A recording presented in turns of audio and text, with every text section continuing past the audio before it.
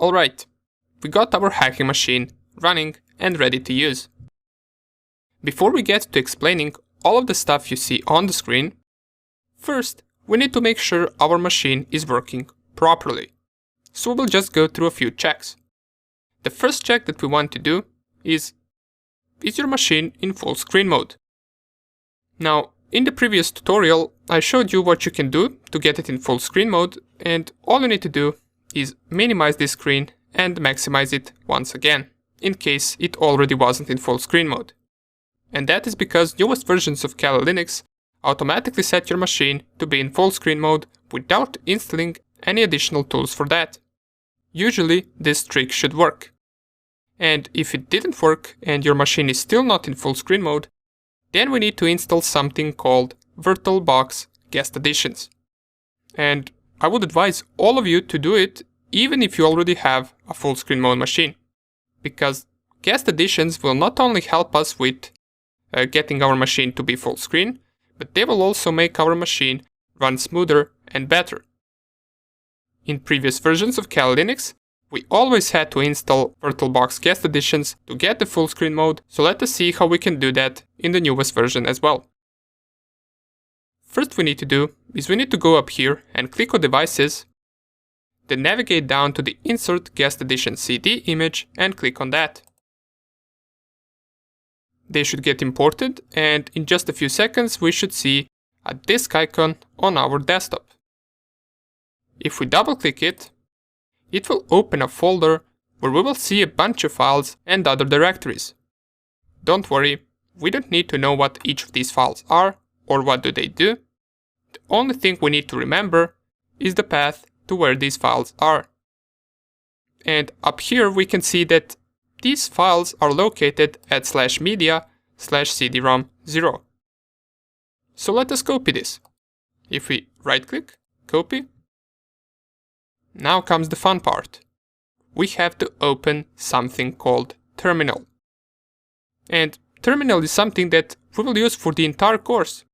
It is the most important tool you need to master as a hacker. But for now, just follow what I do, and we will explain things as we go. To open a terminal, right-click on your desktop and click on Open Terminal here.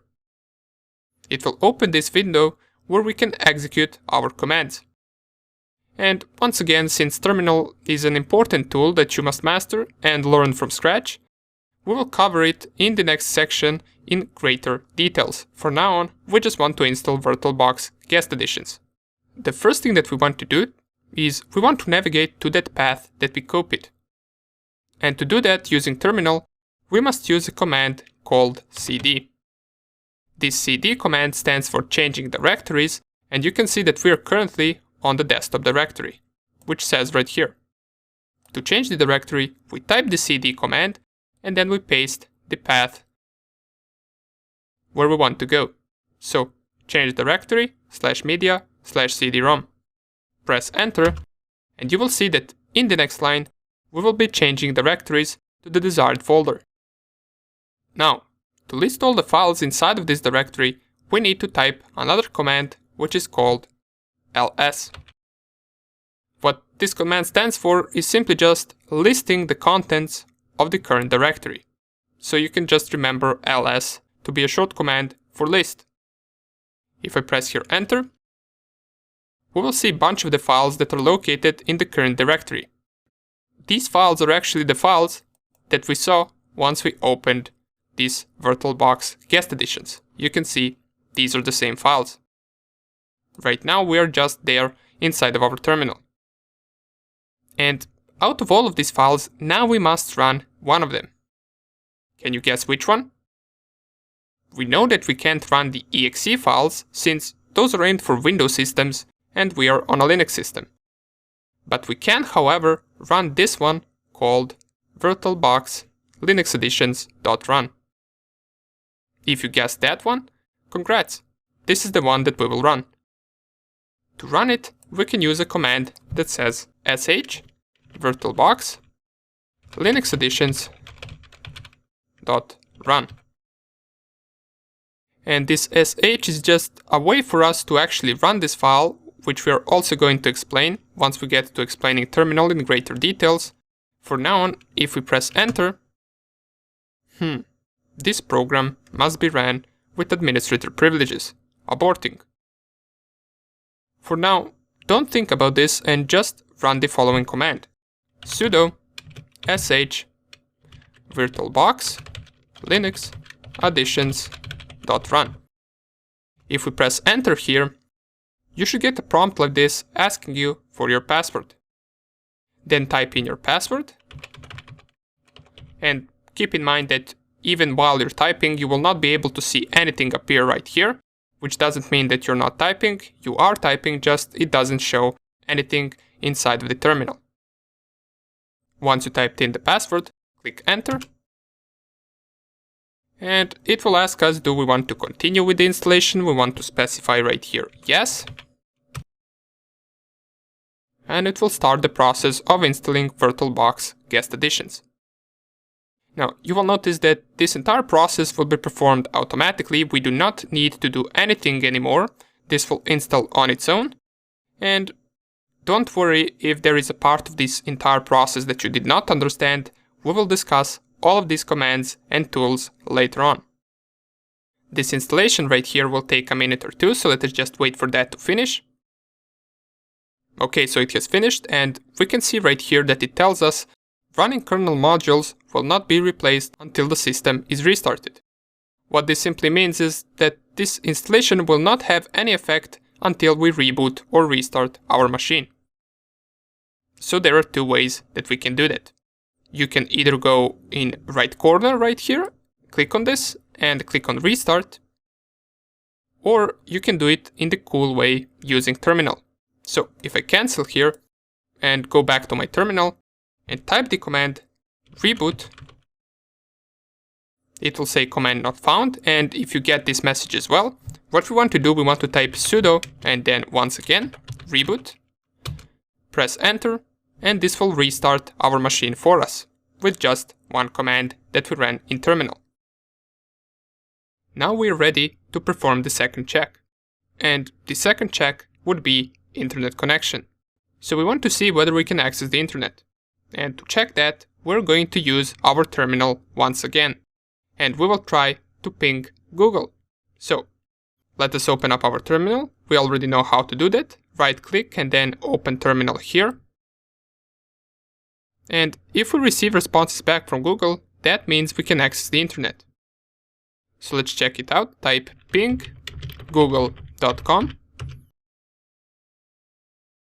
And here it is. We're getting responses back. Great, we can access the internet. To stop this, we must press Ctrl+C. As we can see right here, 21 packets transmitted, 21 received, and 0% packet loss. But even though we can access the internet, I want to point one thing out. If we go to settings of our virtual machine, and we select the virtual machine, navigate to settings, and from the settings, navigate to network settings, we will notice that we're attached to NAT. And what NAT is a network address translation. This means that the IP address that our Kali Linux machine has will be given to us by a VirtualBox. So if I go to my Kali Linux and in the terminal type sudo ifconfig, press enter, enter my password, here we will see that we got the IP address of 10.0.2.15. And this is the IP address given to us by VirtualBox. Since this can present us a problem later on, we want our IP address to be received from our DHCP or from our router.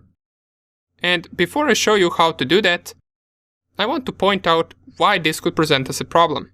Well, this IP address right here does not belong to the IP range of my local area network.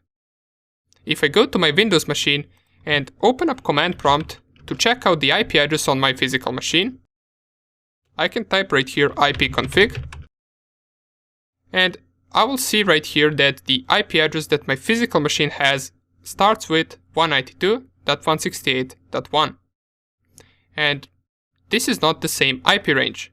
It starts with 10.0.2. So I want to change this to start as my physical machine with 192.168.1. To do that, my Kali Linux must receive the IP address from my router. And for all of you Mac users, you can also type in ifconfig in your terminal on your Mac.